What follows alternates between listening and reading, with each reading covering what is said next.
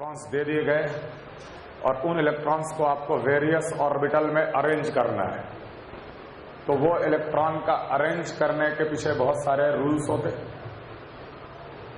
वो तुम्हारा वो स्टूडेंट नहीं आया, कोई भी क्लास में नहीं आ रहा है,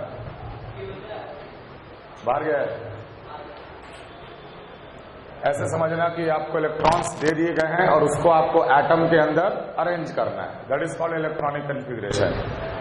अरेंज करने का बहुत सारे नियम होते हैं, बहुत सारे रूल्स होते हैं, वो हम लोग ये देखेंगे। बहुत इजी चीज है, आप लोग पीरियोडिक टेबल में पहले भी पढ़ चुके होंगे, पीरियोडिक टेबल में पढ़ा दिया गया है सब कुछ। खैर, just a revision. First shell n is equal to 1, we know that it is 1s। n is equal to 1 में कौन होगा? 1s। 1s मतलब कि एक orbital. n is equal to 2 में 2s भी होता है और 2p भी होता है।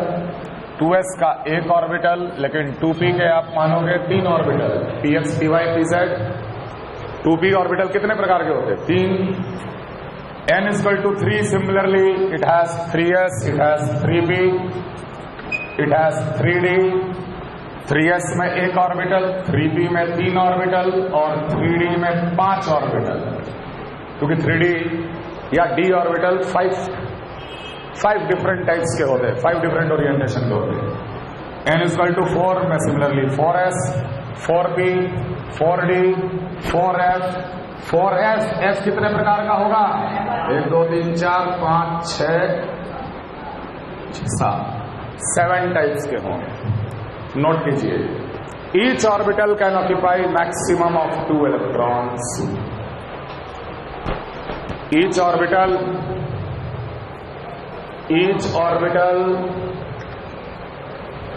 Can occupy maximum of 2 electrons only. Each orbital can occupy maximum of 2 electrons only. Each orbital can occupy maximum of 2 electrons only. तो s ऑर्बिटल में मैक्सिमम कितना इलेक्ट्रॉन आ सकता है? 2। p ऑर्बिटल में मैक्सिमम कितना आ सकता है? 6। d ऑर्बिटल में मैक्सिमम कितना आ सकता है? 10। f में मैक्सिमम कितना आ सकता है? 14। Each orbital can occupy maximum of 2 electrons. Each orbital can occupy maximum of 2 electrons.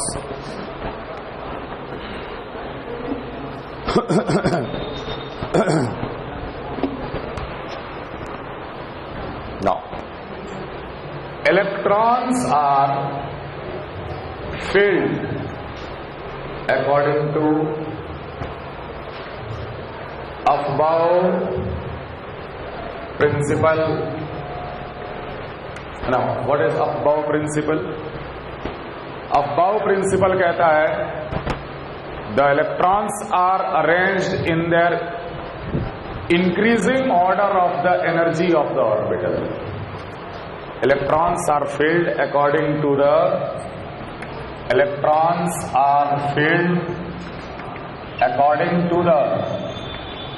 increasing order of the energy of various orbitals.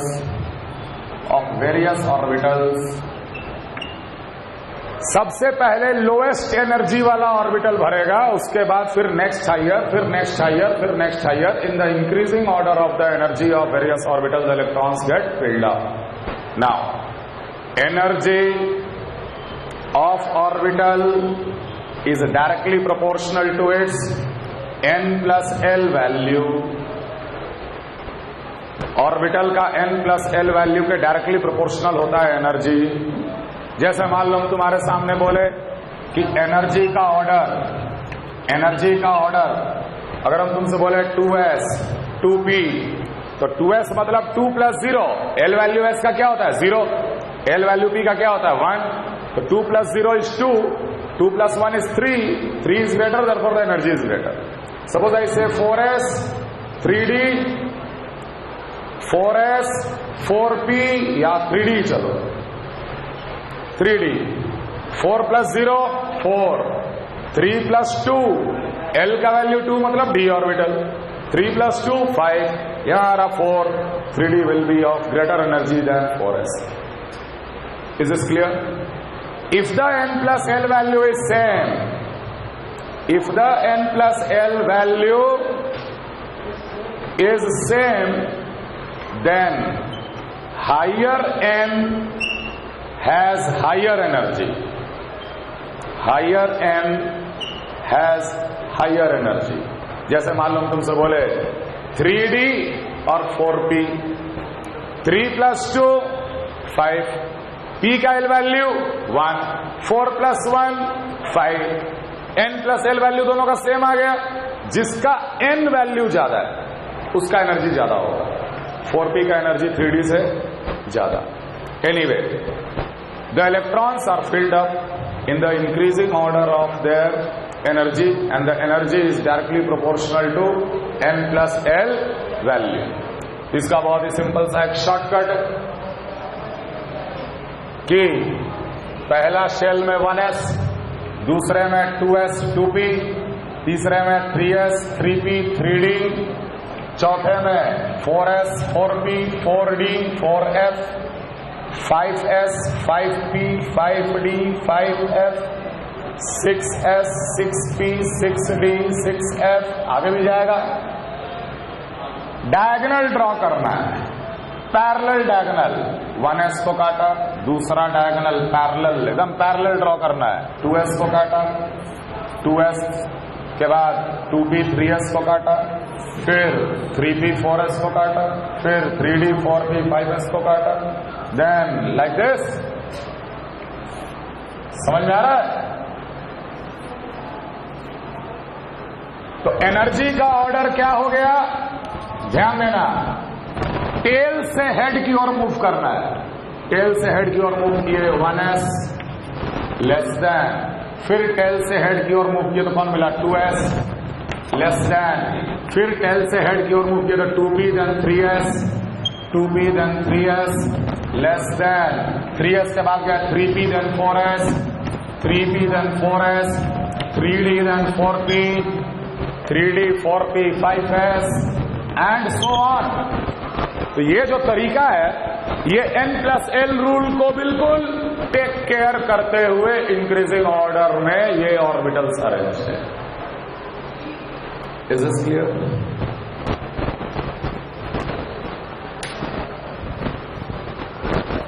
अगला रूल कहलाता है Hund's rule of maximum multiplicity. Now, what is multiplicity? Multiplicity is 2 times mod of s plus 1, where s is the total spin, मतलब n multiplied by half, where n is the number of unpaired electrons. n is the number of unpaired electrons present in the atom. अब कैसे पता करेंगे कि कौन सा atom में कितने अनपेयर्ड इलेक्ट्रॉन है भी कि नहीं है? That is decided by Hund's rule. It states that, copy करो यहां पे पहले क्लियरली. रूल है वो कह रहा है कि मैक्सिमम मल्टीप्लिसिटी आना चाहिए. तो मैक्सिमम मल्टीप्लिसिटी आने के लिए ये मैक्सिमम मॉड एस होना चाहिए. मैक्सिमम मॉड एस के लिए बेसिकली मैक्सिमम अनपेयर्ड इलेक्ट्रॉन होना चाहिए. इलेक्ट्रॉन इस तरीके से भरते हैं ताकि अनपेयर्ड इलेक्ट्रॉन का नंबर मैक्सिमाइज हो. Hund's rule states that pairing of electron occurs only after, pairing of electrons occur only after, pairing of electrons occur only after, pairing of electrons occur only after the subshell is completely half filled. Only after the subshell is completely half filled, pairing of electron happens only after when the subshell is completely half filled. S P D F को हम लोग subshell भी बोलते हैं। S subshell, P subshell, P subshell में 3 P के orbital, D subshell में 5 D के ऑर्बिटल, ऐसे बात करेंगे। एस सबशेल में एक ही एस का ऑर्बिटल, एफ सबशेल में 7 एफ के ऑर्बिटल। मान लो डी सबशेल है, तो डी सबशेल है, डी सबशेल के अंदर 5 ऑर्बिटल है। मान लो डी सबशेल में मेरे को 6 इलेक्ट्रॉन भरना है, तो हुंड्स रूल कहता है कि यहां 1 इलेक्ट्रॉन, दूसरा, तीसरा, चौथा, 5वां। जब ये पूरा हाफ फील्ड सब में एक एक आ जाएगा, उसके बाद पेयरिंग करेंगे, उसके बाद पेयरिंग करेंगे। समझ में आ रहा है? तो पहले हाफ फील्ड होने के बाद पेयरिंग, सब में एक एक दे दो, उसके बाद pairing. Obviously by this method you will get the maximum number of unpaired electron, therefore you will get the maximum multiplicity. समझ में आ रहा है? पी सबशेल था, पी सबशेल में अगर मुझे 5 इलेक्ट्रॉन अगर भरना है, तो पहला, दूसरा, तीसरा, फिर चौथा, फिर 5वां। Pairing happens only after the subshell is completely half filled. Is this clear? Okay. Like that we can calculate the number of unpaired electrons. Okay. Last wala rule, Pauli's exclusion principle. Pauli's exclusion principle. Pauli's exclusion principle. अब जैसे मान लो तुमसे बोला जाता कि अरे इसका multiplicity कितना, मल्टीप्लिसिटी कितना, 4 इंटू हाफ, तो एस आ गया, that is 2, 2 into 2, 4 plus 1 5, 5 is the multiplicity value. इसका मल्टीप्लिसिटी कितना, एन का वैल्यू 1, हाफ, एस का value half, half into 2, 1 plus 1 that is 2। तो सर आपने यहां पे मॉड क्यों लगाया? मैंने मॉड इसलिए लगाया कि अगर मान लो डी सबशेल में 5 इलेक्ट्रॉन भरना है, 2, 3, 4, 5, अगर कोई ऐसे भी अगर लिख दे तो गलत नहीं है बेटा। Both of them are correct, both of them are correct representation. समझ में आ रहा है? तो स्पिन को प्लस हाफ पूरा मान लो या स्पिन को माइनस हाफ पूरा मान लो, इसलिए मॉड लगाया गया है। समझ में आ रहा है बात? Pauli's exclusion principle, नोट करो, no 2 electrons of the atom, no 2 electrons of the atom, no 2 electrons of the atom can have the same set of, no 2 electrons of the atom can have the same set of, no 2 electrons of the atom can have the same set of all the 4 quantum numbers.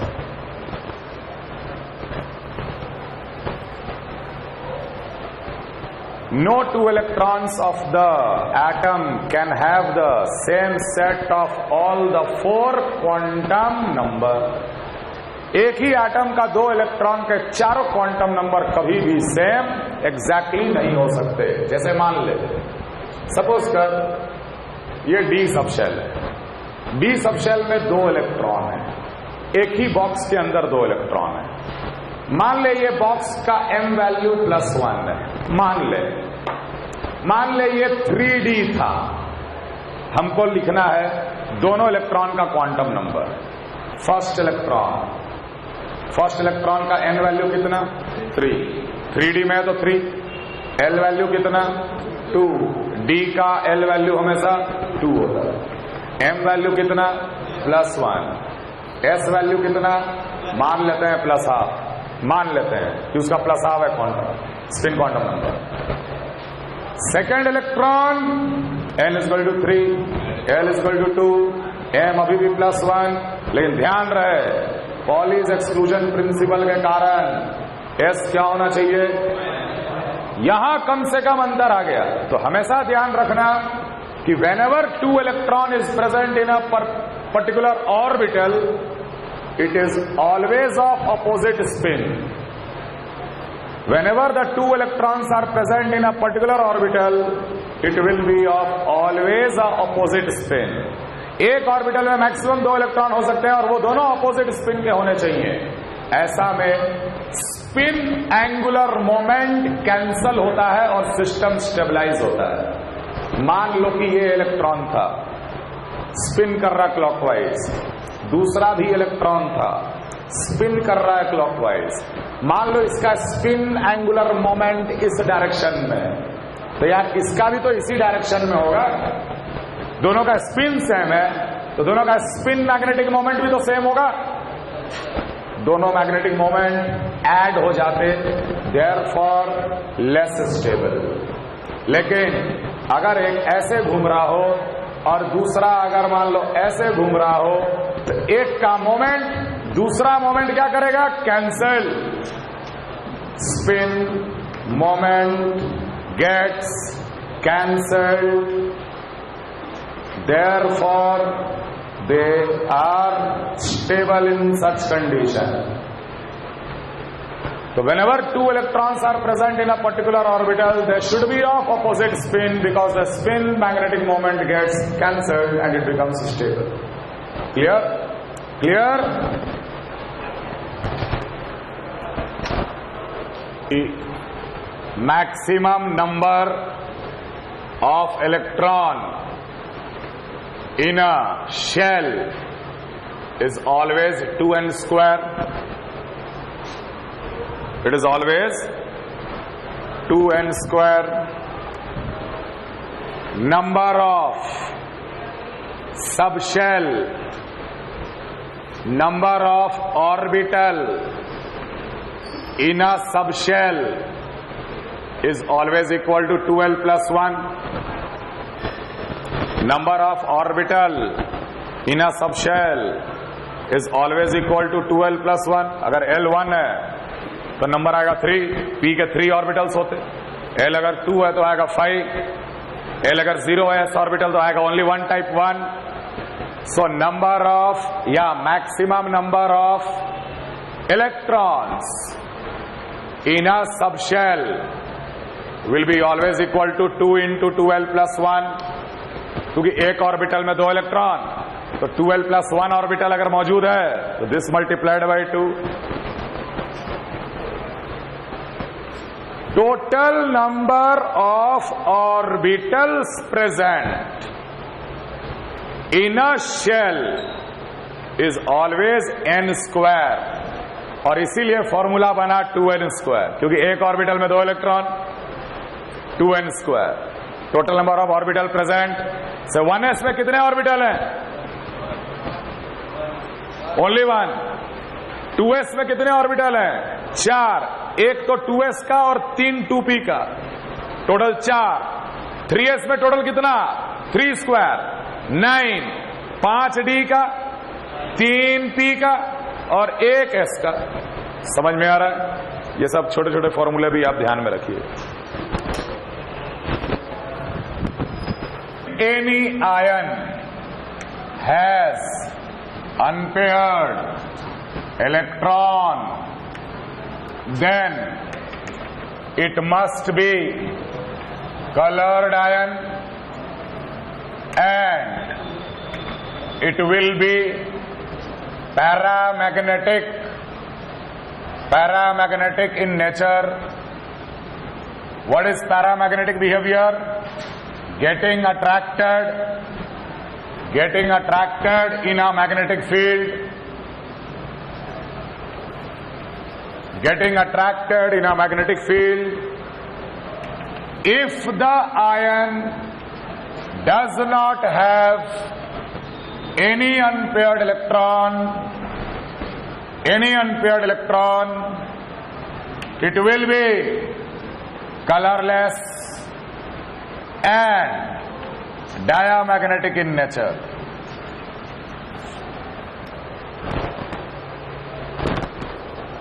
And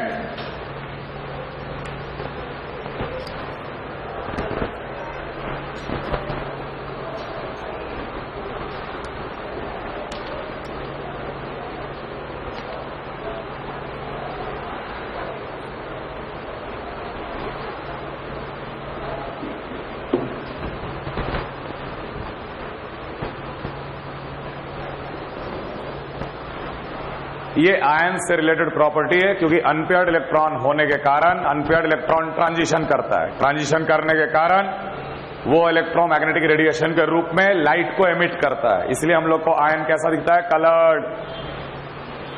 लेकिन जिसके पास unpaired electron नहीं होता वो transition नहीं करता, और transition नहीं करता इसलिए हम लोग को कोई लाइट एमिट नहीं होता, that will be colourless.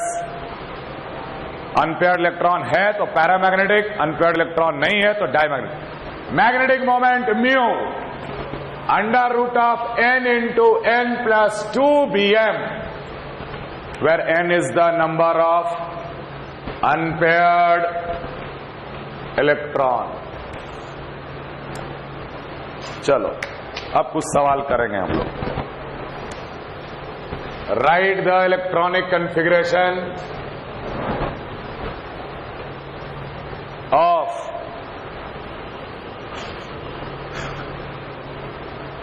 Iron 26, Sc21, simple, aluminium 13, sodium 11,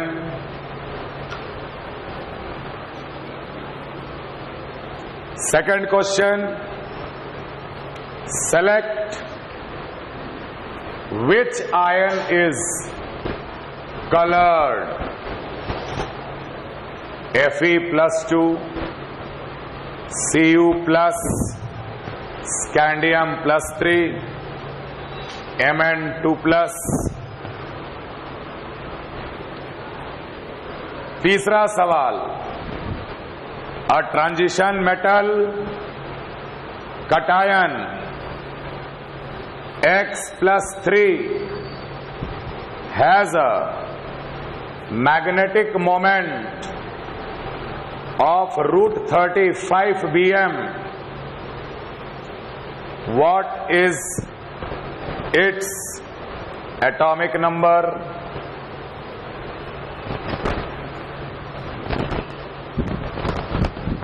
Find the n plus l plus m value for the last electron of sodium 23. Calculate the number of electrons in 12 gram of carbon having n plus l value is equal to 2.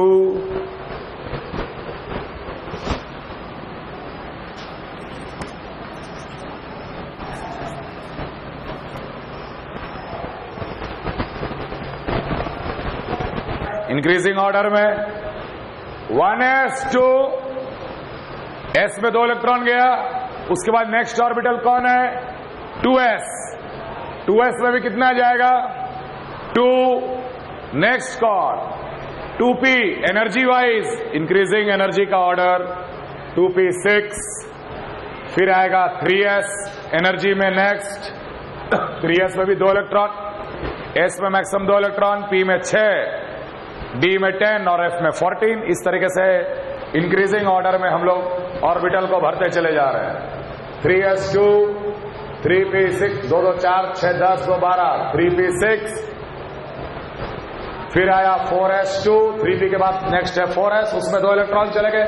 अब तक कितने electron भर दिए, 2 2 4 6 10 2 12 6 18 और 2 20, total है 26। Next कौन, 3D, 3D में total कितना इलेक्ट्रॉन आ सकता है, मैक्सिमम 10, लेकिन बचा तो अब 6 इलेक्ट्रॉन है, तो पूरे के पूरे 6 चले गए 3D में। अब कोई बोले कि इसमें कितने अनपेयर्ड इलेक्ट्रॉन है, तो 3D में अगर देखो यहां तक तो पूरा का पूरा पेयर्ड है, इलेक्ट्रॉन पूरा भरा हुआ है, मतलब कि सारे इलेक्ट्रॉन पेयर्ड है कि नहीं है, 2 इलेक्ट्रॉन होगा पेयर्ड, 6 होगा तो 2 2 2 सब पेयर्ड। जब तक फुल फील्ड ऑर्बिटल है तब तक की पूरा पेयर्ड होगा। 6 कैसा होगा, 1 2 3 4 5, 1 2 3 4 5 6, टोटल कितने अनपेयर्ड इलेक्ट्रॉन मिले आयरन में, 4 अनपेयर्ड इलेक्ट्रॉन है आयरन। क्लियर है ये चीज? अरे सबको समझ में आ रहा है? तो पहले भी पढ़े हो गए ना यार, पीरियोडिक टेबल में पढ़े हो पक्का?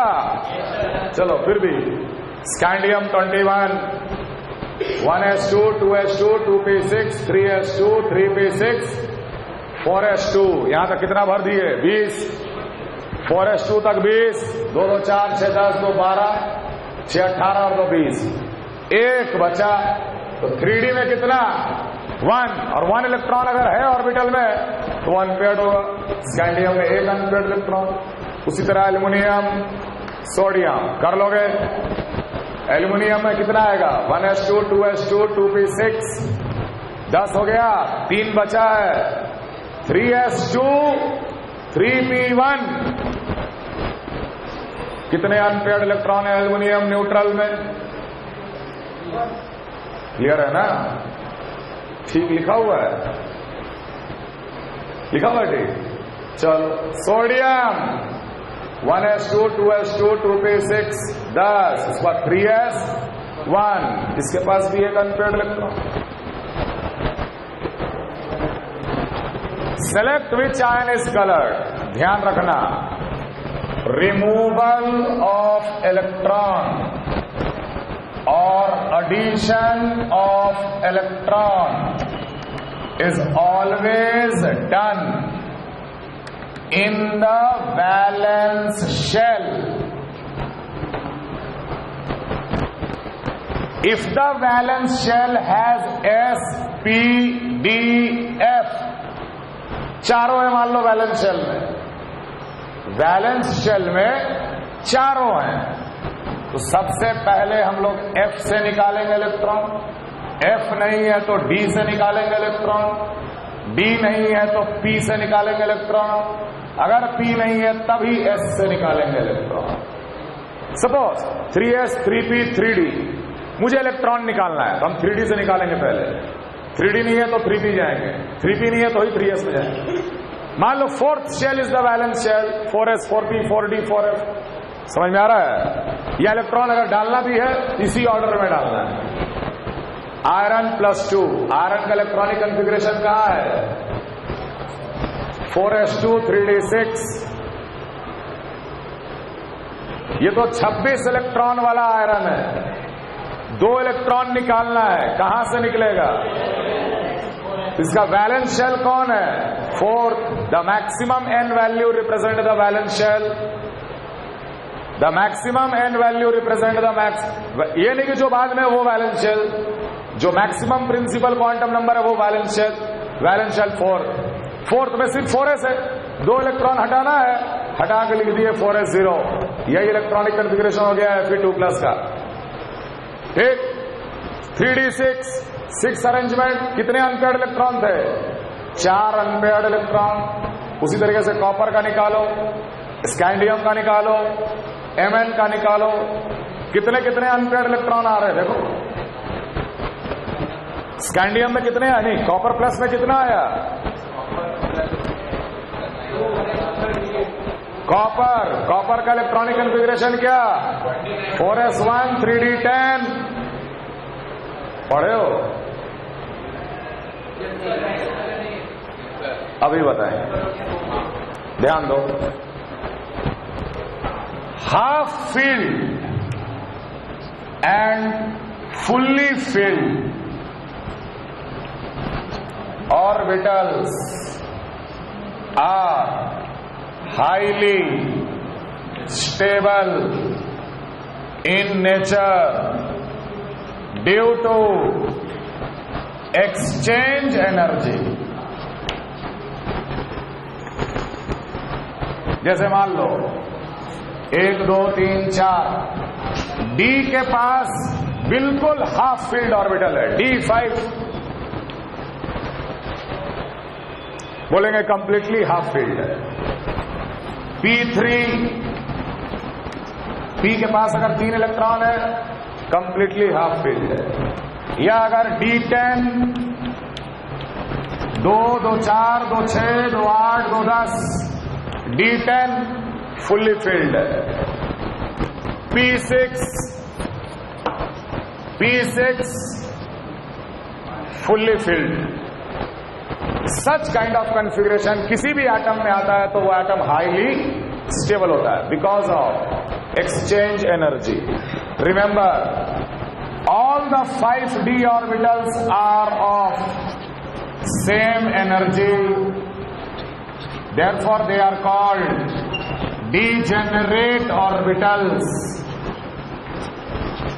d के पांचों ऑर्बिटल का एनर्जी बिल्कुल बराबर होता है, dxy, dyz, dzx, dx square minus Y square और dz स्क्वायर.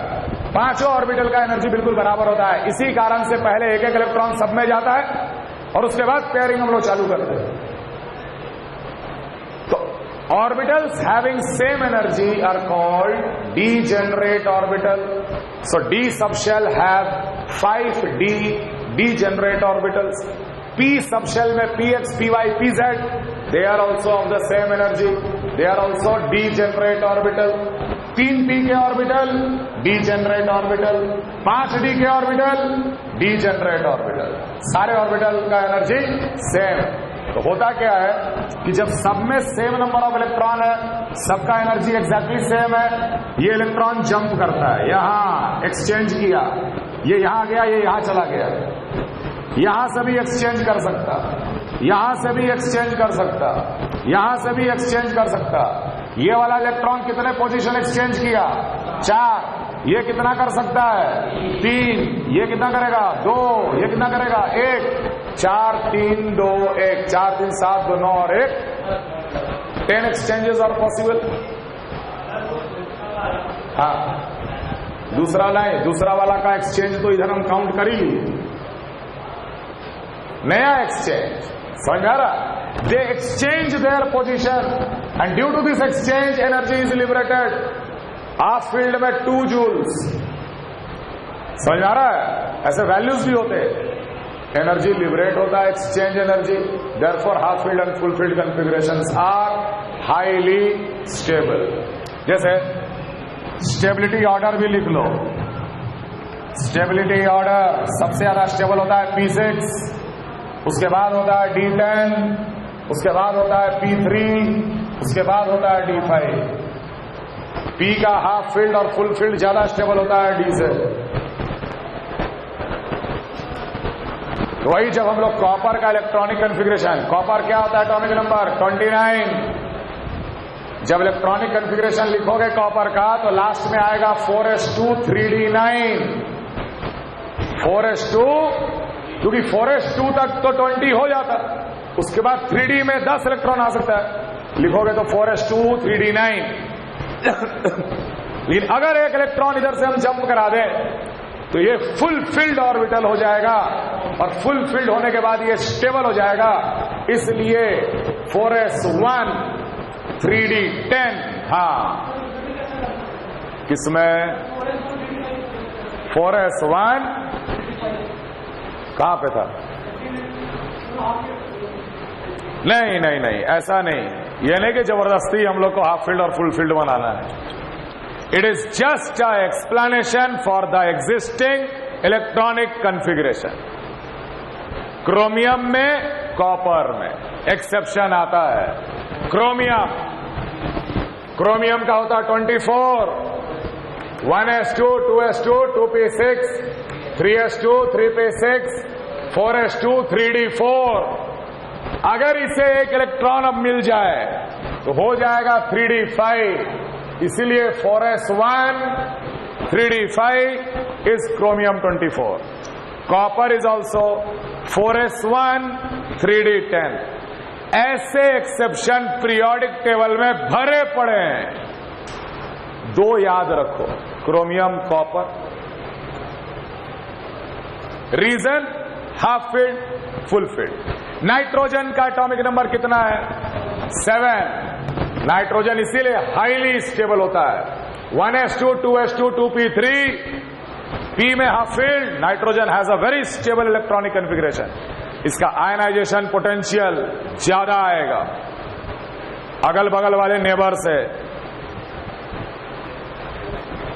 पढ़े हो ना पीरियोडिक टेबल में? क्या? They are highly stable because of exchange energy. Clear? So chromium और कॉपर 2 याद रखना है. तो कॉपर प्लस का इलेक्ट्रॉनिक कॉन्फ़िगरेशन क्या हो जाएगा? 4s0, no unpaired electron, colourless. Scandium, it is 4s2 3d1. 3 electron निकालो तो पहले 4s2 का इलेक्ट्रॉन जाएगा और उसके बाद D का भी इलेक्ट्रॉन चला जाएगा। Colourless Mn2 plus 4s2 3d5 2 electron निकाले 5 अनपेयर्ड इलेक्ट्रॉन होगा। Mn2 plus coloured Fe2 plus coloured. पहचानो ये कौन सा ट्रांजिशन मेटल है।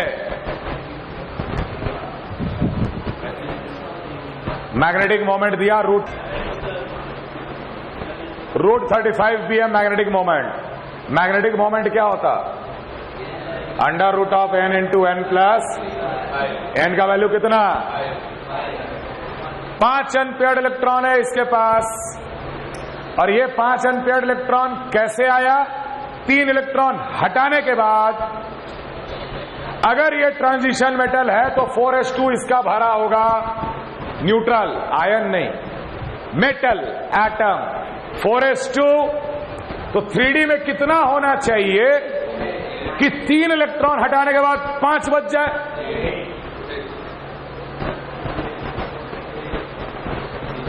फोरस से 2 जाएगा और D से 1 जाएगा, टोटल 3 गया, D में बचा 5 और वो 5 unpaired electron. Definitely it is Fe plus 3। Atomic number is 26. Come to the next question.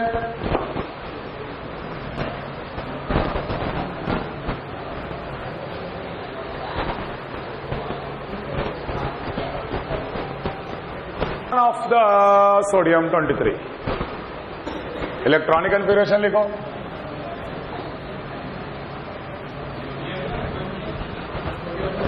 अरे यार मास नंबर लिख दिए हैं। n का वैल्यू 3, l का वैल्यू 0, m का value 1 0। Calculate the number of electrons in the 12 gram of carbon having n plus l value 2। यार सबसे पहले हमें पता है कि 12 ग्राम कार्बन मतलब 1 मोल कार्बन का मतलब, ठीक। अब एक एटम में ऐसे इलेक्ट्रॉन को खोजो। इलेक्ट्रॉनिक कॉन्फ़िगरेशन कार्बन का 6, 1s2, 2s2, 2p2। कहां पे n प्लस l वैल्यू 2 हो रहा? 1 प्लस 0, 2 प्लस 0, 2 प्लस 1 3। यही वाला इलेक्ट्रॉन है ना। एक एटम में 2 इलेक्ट्रॉन, अवोगाड्रो नंबर एटम में 2 इंटू अवोगाड्रो नंबर आंसर। मैं क्या क्लियर है? क्लियर। सेम टाइप का सवाल लिख। Calculate the number of electrons with L is equal to 0, L is equal to 1.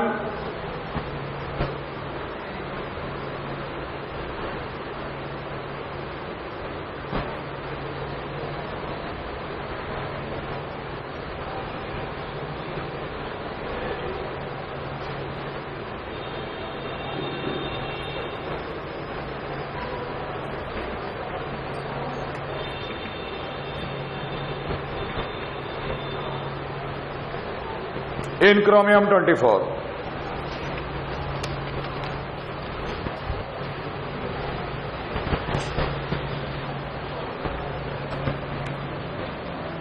which are correct set of quantum number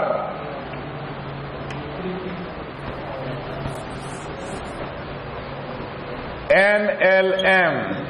पहला 110, दूसरा 211, तीसरा 201, चौथा 321, पांचवा 434।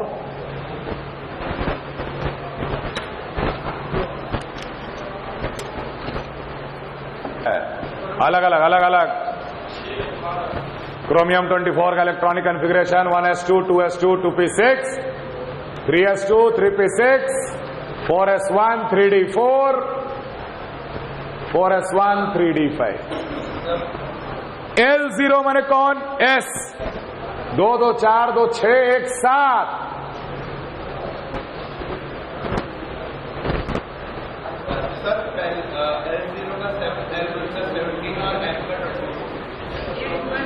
L1 का कितना? L1 किसके लिए होता? P 6 6 12 और कहा है रे?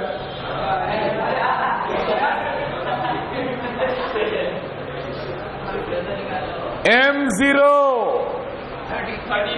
वाले कितने? S में M0 होता, S का M0 होता, P में भी तो आएगा एक ऑर्बिटल जिसका M0 होगा। यहां भी 2 लेंगे, यहां भी 2 लेंगे, यहां भी 2 लेंगे, 1 लेंगे, 1 लेंगे, 1 1 2 2 4 2 6 2 8 2 10 और 2 12 है सर। 3d5 में 1 इसलिए लिए 1 2 3 4 5 और किसी एक बक्से का ही तो M0 होगा रे। समझ में आया? ऐसे ऐसे सवाल फ्रेम होते हैं electronic configuration. Clear? So today your atomic structure topic has come to an end.